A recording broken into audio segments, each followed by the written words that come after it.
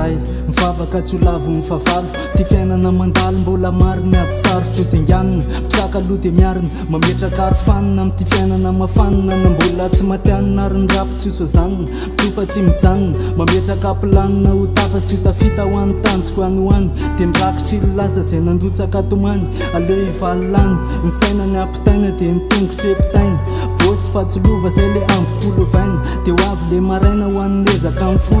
raha nanotakela de mibebaka ihany koa teo ambany lanitra tsy lafatra fa ny ady de mpahafantariko azy fa zazanaka mafiady lazaina sarombavy raha mitsoka kombrazy nefa rehefa tafy ala de izy milady de ny inspiration anaty rapy aty tsy niova za tsy ny andro lova fa le miaty vo mandova de ho an'ny rapy fozy raha mahay ala taloha de leo areniko ny rova fa tsy koa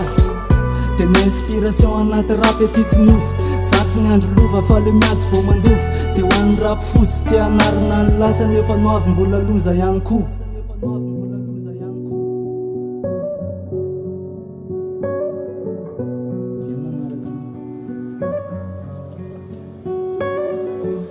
de ny inspiration anaty rapy aty tsy niova za tsy ny andro lova fa le miady vo mandova de ho an'ny rapy fozy te anarina ny lasa nefa noavy mbola loza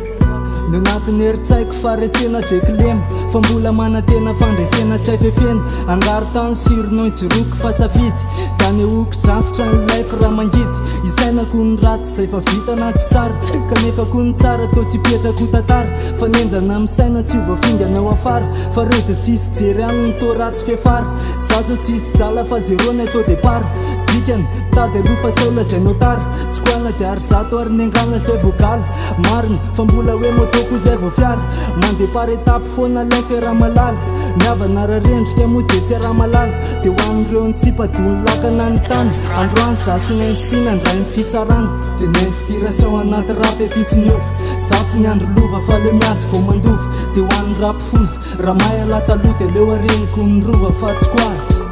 de ny inspiration anaty rapy aty tsy niova za tsy ny andro lova fa le miady vo mandova de ho an'ny rapy fozy te anarina ny lasa nefa noavy mbola loza ihany koa de ny inspiration anaty rapy aty tsy niova za tsy ny andro lova fa le miady vo mandova de ho an'ny rapy fozy te anarina ny lasa nefa noavy mbola